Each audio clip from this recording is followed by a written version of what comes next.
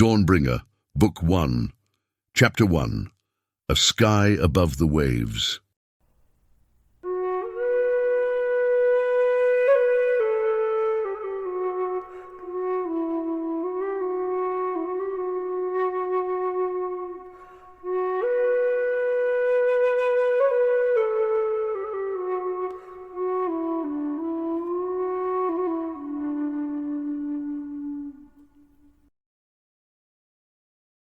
Echoes of an ancient myth, vibrations of the silent sound before all words, still sounding in the deep of the ear of my heart. Light from the origin of time, rays from the luminescence deeper than sun and moon, bathing the inmost recesses of the spirit's eye. These words I heard when I was a child, on my mother's knee, too deep for me to understand. And even as I grew, they remained beyond me, not in their complexity, but in their simplicity. It is said that the whole universe was born from music, a song sung in a silence deeper than we can conceive. But the echoes of this music, the strains of this song, where are they now? The raucous voices of men of power and of beasts of unearthly wickedness, these mute the voice that one would wish to hear. Or perhaps they just deafen the heart that listens, too close, too loud, too violent to allow that stillness and silence to echo deep within.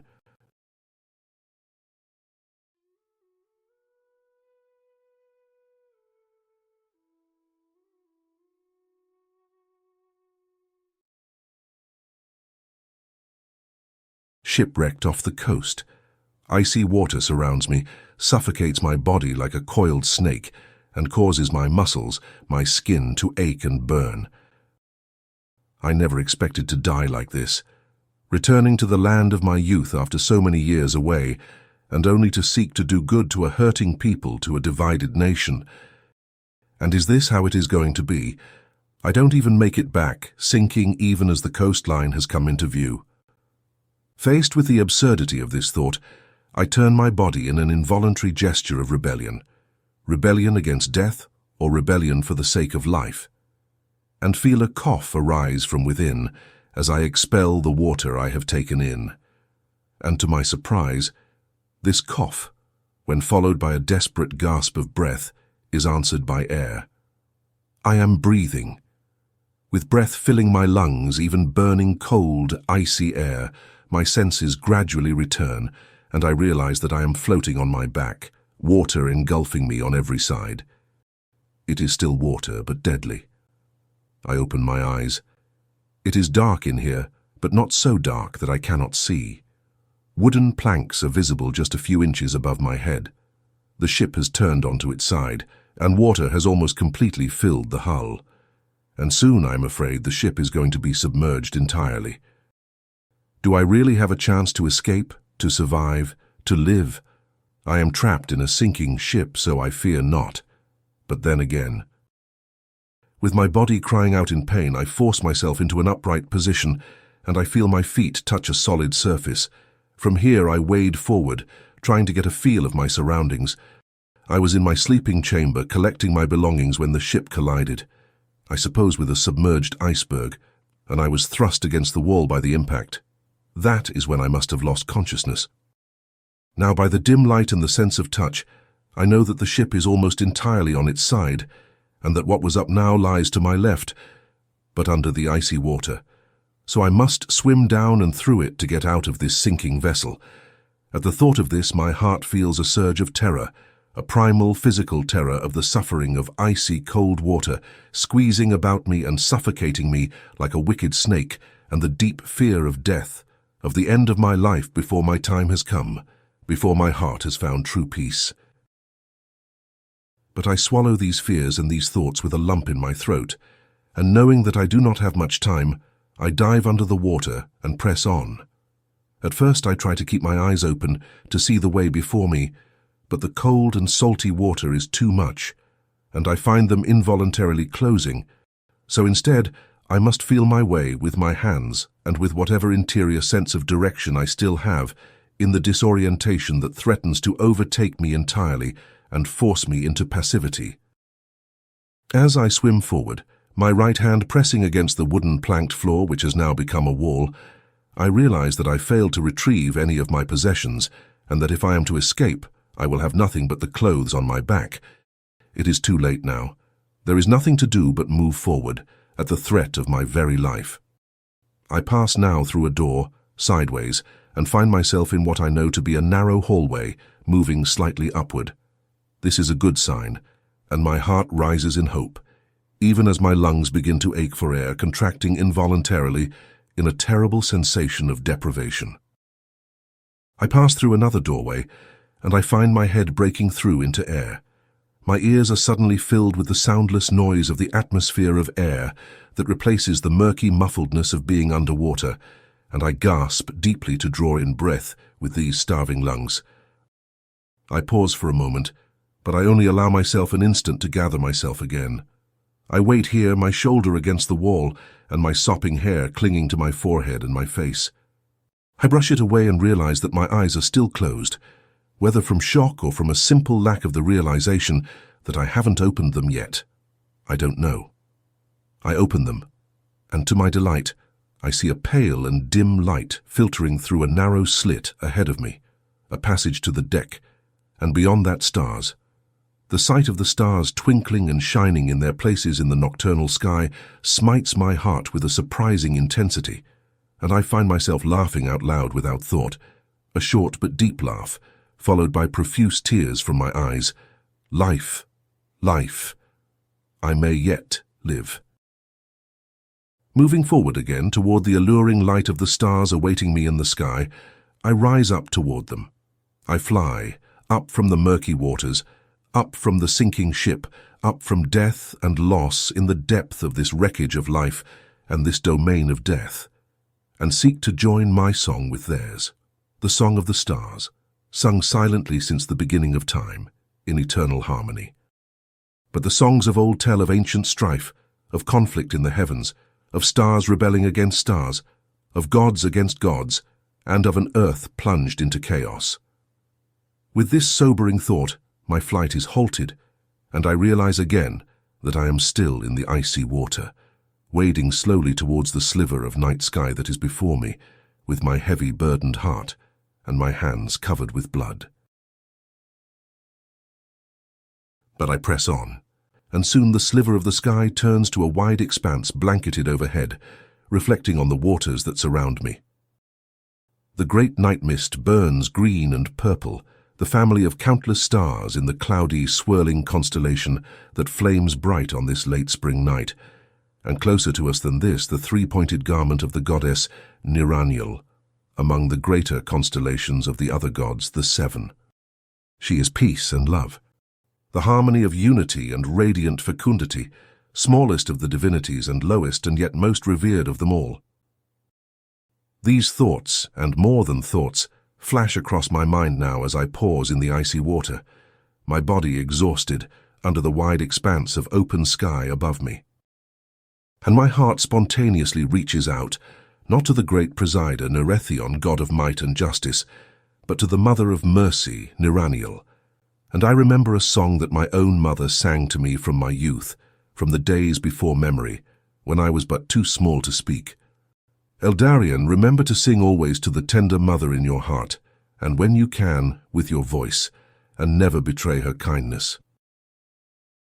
But it has been long since I sang to her, in silence or in words, and it has been even longer since I repaid her kindness with the fidelity that it deserves. But the words and their sense come spontaneously now, and I let my heart sing silently as I begin to swim again, towards what I know to be a mass of land in the distance, black shapes of mountain peaks against the darkened horizon, and, at their base, shores awaiting me. Sweet mother, save your children when they cry, for to you we turn in our desperate plight, crying out with voices directed to you, in unison among ourselves, full and true. Hear us, and do not ignore, lest we despair, for we need your light, your loving care. We need it more desperately than we need the air. So come, great mother, give us your sweet bosom, this bosom that once suckled the twin stars and gave birth to the torrent of life on the land of Ierendal, Sweet mother, Niraniel, beloved of the Ancient One, yet new, you shine out for us above the rest, for in your mercy and goodness we seek rest.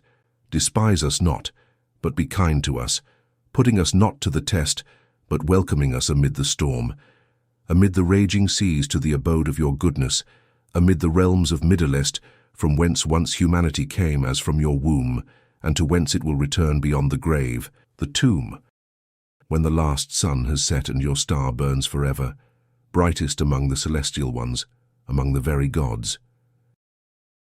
With these words burning in my heart and keeping me warm amid the death-dealing waters surrounding me, I push forward toward the land of my youth, my ancient home. Will I die here in the ocean, forgotten and unmourned, or shall I by some miracle survive this ordeal and come to the land that awaits me?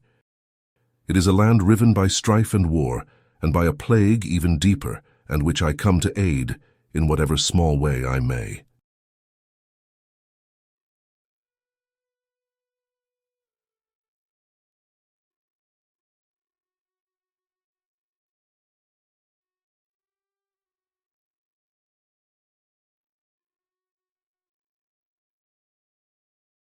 The fish are reticent this morning, eh?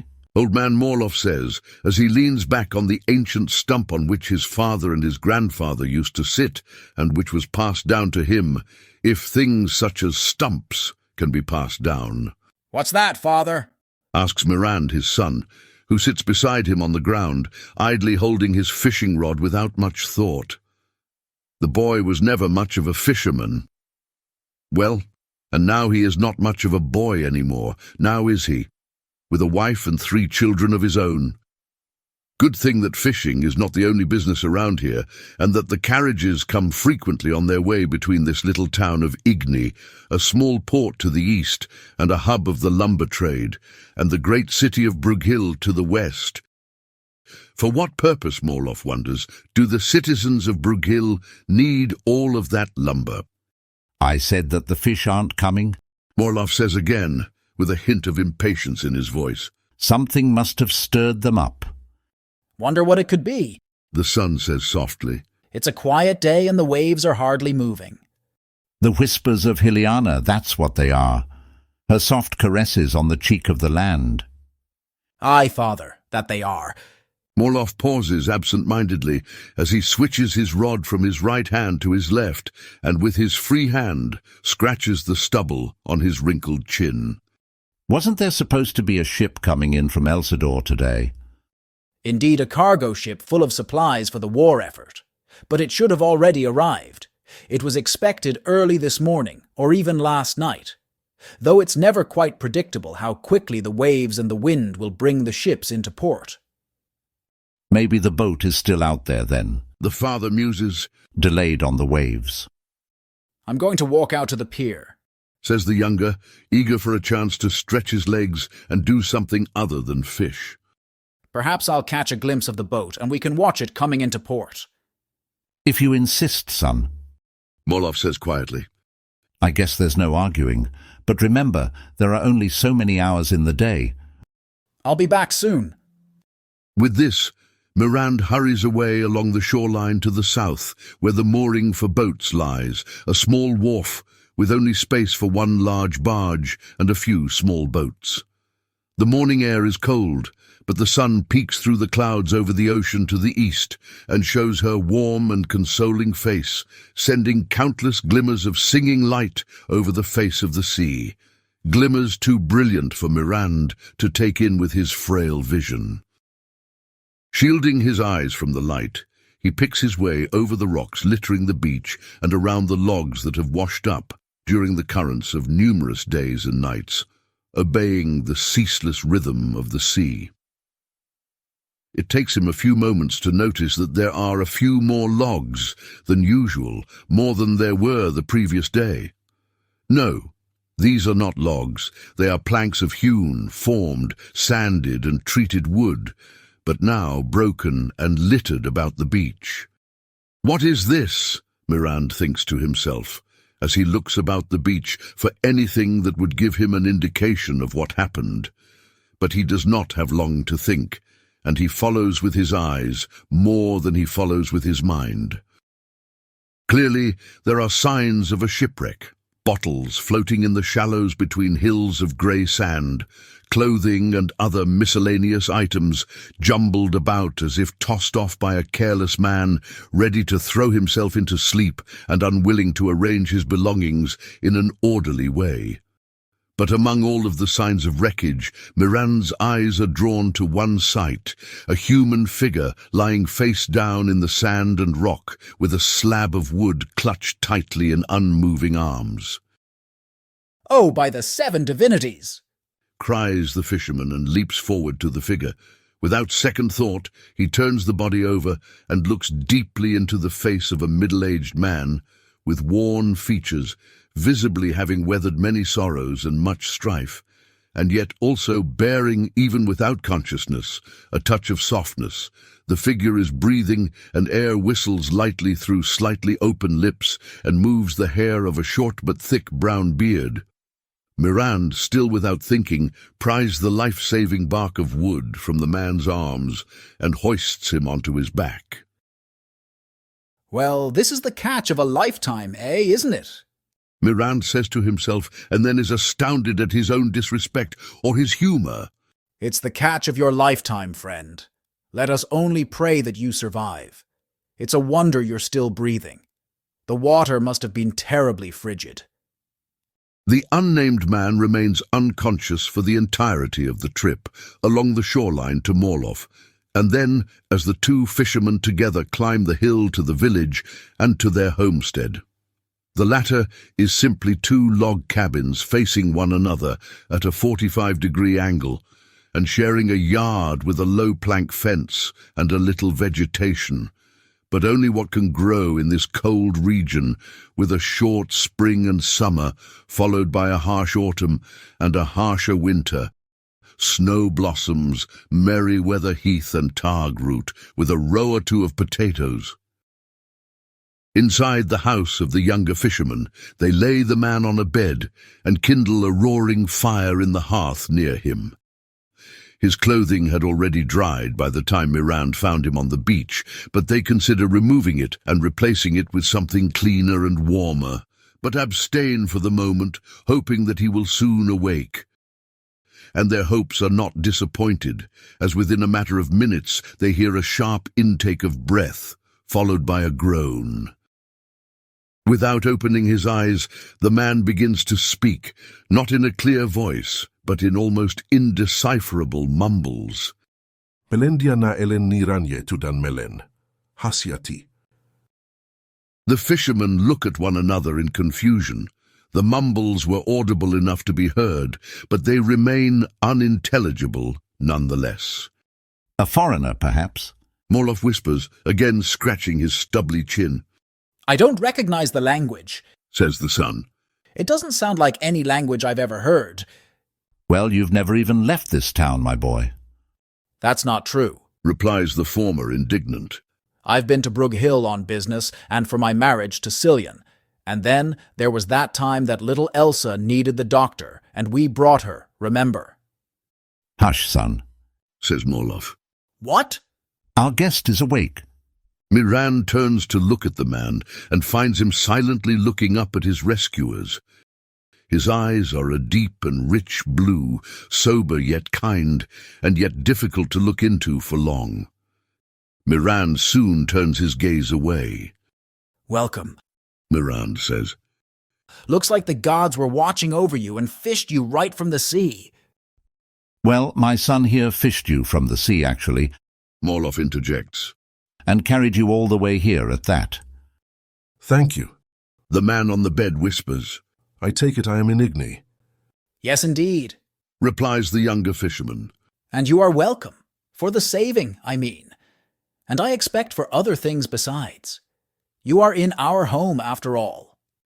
What my son means to say is that we're glad you're here, and you are most welcome. The father interjects. The man nods and closes his eyes again. There is a moment of pregnant silence, broken only by the presence of a woman who steps in through the doorway. "Ah, my dear," Miran says, hurrying to his wife. Aliyah, we found this man here lying unconscious on the beach. You see, the ship that was supposed to come in last night seems to have fallen afoul and came only in pieces. Yes, word has reached the village. Your feet carrying him here did not go unnoticed. Is he well, or is he injured? The woman replies. He seems well. He has only just awakened. Aliyah walks to the side of the bed and bends down to inspect the stranger in her home. After a long moment in which the two standing men look on, uncomprehending of her feminine ways, though the man lying on the bed senses much more than they, even with eyes closed, she rises again and says, Well, have you offered him anything to eat or drink? Well, no, we were about to do so. Mirand cries. Recall he only just awoke a moment before you came in. Yes. Then I shall fix him some hot soup and warm some bread if he is up for it. Aliyah says, and then to the man, What say you to that? I would appreciate it greatly, whispers the man lying on the bed. I would also like to know the names of my kind hosts. Of course, that is only fitting. Morloff replies. Our apologies, sir. We are not used to hosting strangers or people saved from the ocean, mind you. My name is Morloff, son of Nymfel, and this here is my only son, Mirand. What is your surname? Asks the laying man, his eyes now wide open and showing complete alertness, a good sign. Feskar. Mirand replies. Not a very creative surname, but chosen by my great-great-grandfather. It's an old East Telmeric word for fisherman. Ah, I see, responds the man. And this must be your wife. My name is Aliyah. Know that you are most welcome in our home for as long as you find it fitting or necessary. Again, I thank you. But perhaps you should question what kind of man you have welcomed into your home before you offer him such an unconditional welcome. Your eyes tell me enough, sir. She replies. To this, the man has no reply, except that he lowers these eyes and absent-mindedly stares at his hands laid across his abdomen. As for us, we would be happy to know more about you, for your sake as well as ours. By what name are you called? Morloff says. My name is Eldarien. I am the son of Ierendal of Falstead, and our surname is Ilumiel. Eldarien Ilumiel, says Aliyah. Your name has a beautiful ring to it. Thank you, madam. At this, the woman laughs. Madam, I have not been called that in ages. Perhaps never. People do not speak like that around these parts, but only in the great cities, unless they consider themselves some great nobles of some great house. I assume it is none of our business to inquire if you are either. So you may ask anything you wish, as I am your guest and indebted to you for my life. But I assure you that I am neither nor think myself to be. Well then, begins Mirand. I would like to... But he is cut off by his wife's gentle touch on his arm. Hush, Mirand. Let the man eat and recover first, and then there will be time for conversation, she says. It is all right. I feel my energy returning already. Eldarien says. Yes, and that energy will be gone in a few minutes at this rate. Rest, I tell you. With this, she turns away, beckoning for her husband to follow her into the kitchen. What is it, dear? Mirand asks quietly as his wife sets about gathering vegetables for the soup. This man is no ordinary traveller. Aliyah says. Indeed, he asks. Aliyah explains. You have heard the way he speaks. Many speak that way, just not here.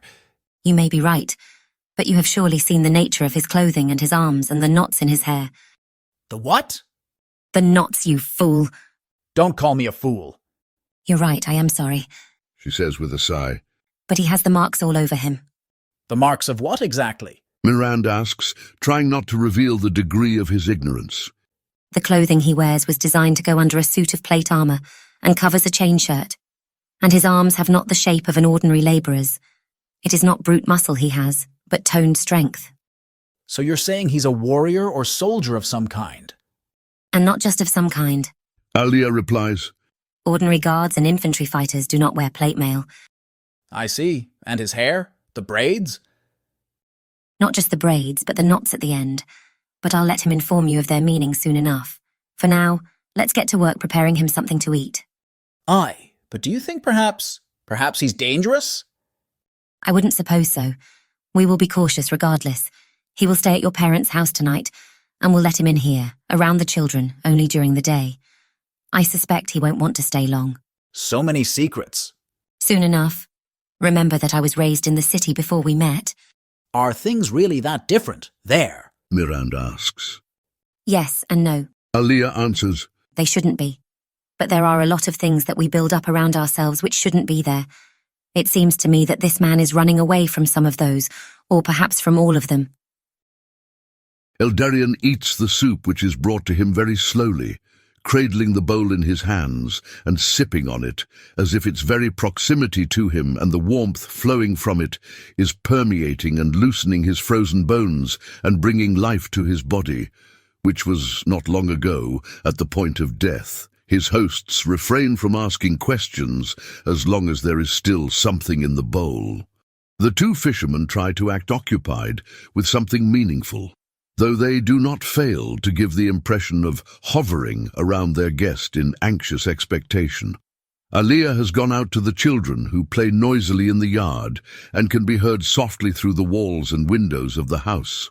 Presumably, she is telling them of the man in their house and of the proper manners, caution, and kindliness that is called for in such a situation.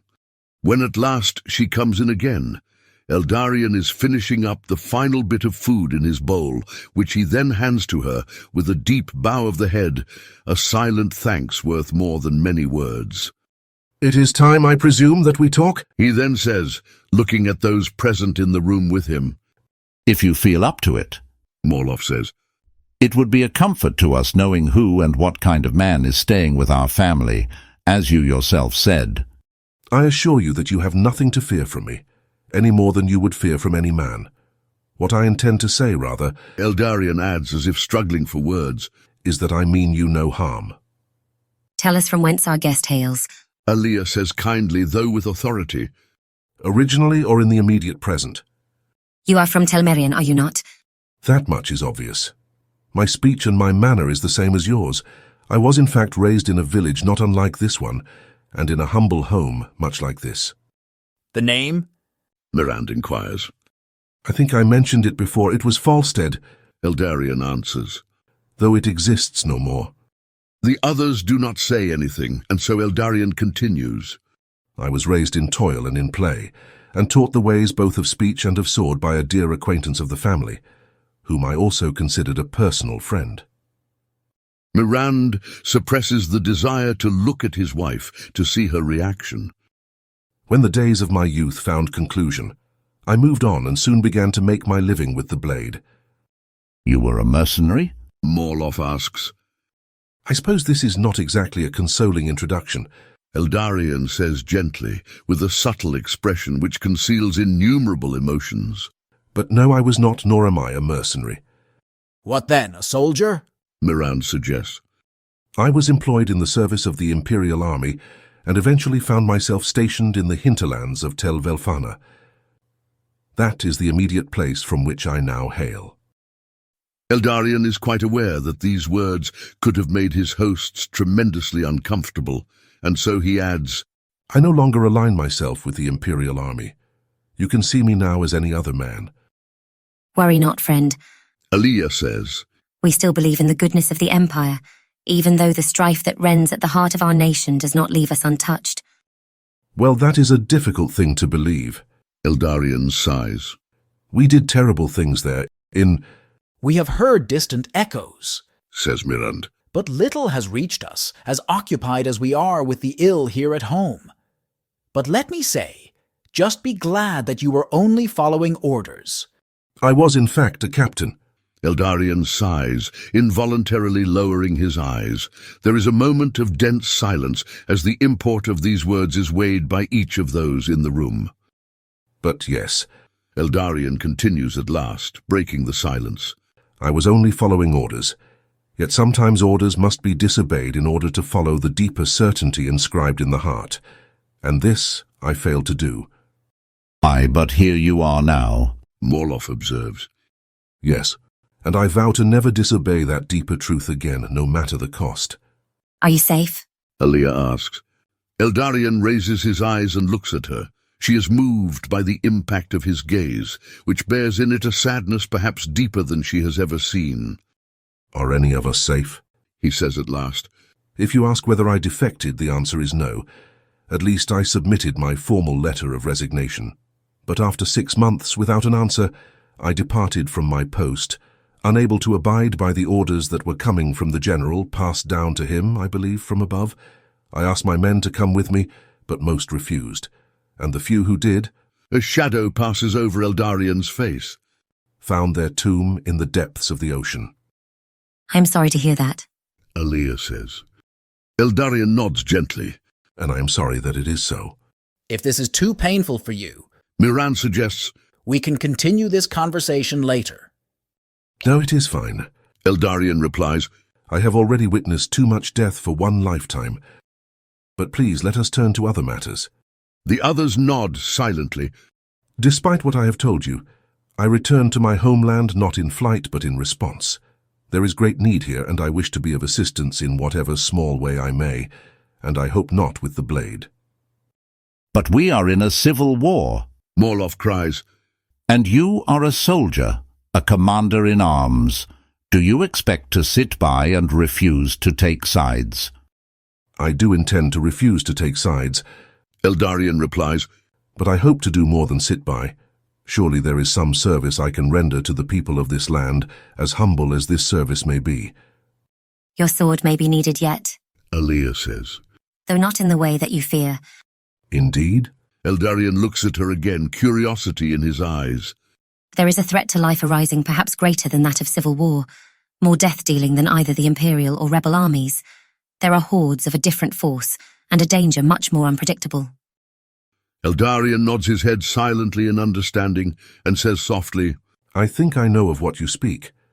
Though in Tel Velfana we knew little of this, no more than scattered rumours, either dismissed in doubt or exaggerated in fear. Please, tell me the truth as much as you know. We have taken to calling them the Druidach. Morloff begins. Not yet has our village had a direct encounter with them, though rumour and hint of them stirs in the mountains to the west. It is like something out of the deepest of nightmares, the darkest of fears. Mirand says. The forces of darkness crawling out of the shadowed holes and crevices of the earth, seeking to devour the light. That may be a little much. Alia says to her husband. We are uncertain of how much they are willing to venture from their caves, and even more uncertain of their motivations, if any motivation they have. Whether they are our forefathers' fathers brought to life, or whether they are some new abomination spawned in the earth, I do not know. Morloff continues. But they feed, and to do this they must indeed reach out to what lives to devour it with their own deadness. The foothills of the Teldren Mountains have been all but emptied, farms left desolate by the departure of their inhabitants, whose livestock were taken in the night or left in a bloody mess. Do you know any more of what is occurring further west across the mountains? Eldarien asks. Very little, I am afraid. Morloff answers. Do you have any suggestions of whom I might ask? This is a matter of great importance, and one for which I return to this land. I fear what you will need more than information is a sword. Mirand says. Whatever these Druidach are, they are vicious beasts. They are perhaps no more than beasts, Mirand, Alia responds. but it is well to have information. It is always well to have information before wielding the sword. Eldarien agrees. Indeed, more deeply than information, one must have understanding, otherwise the sword will be guided ill and will not strike true, even if it reaches its target. The dense atmosphere following these words is interrupted by a knock at the door. Perhaps it will be necessary to finish this conversation later. Alia says. I think the children are here with dear Yalia and will be wanting supper soon.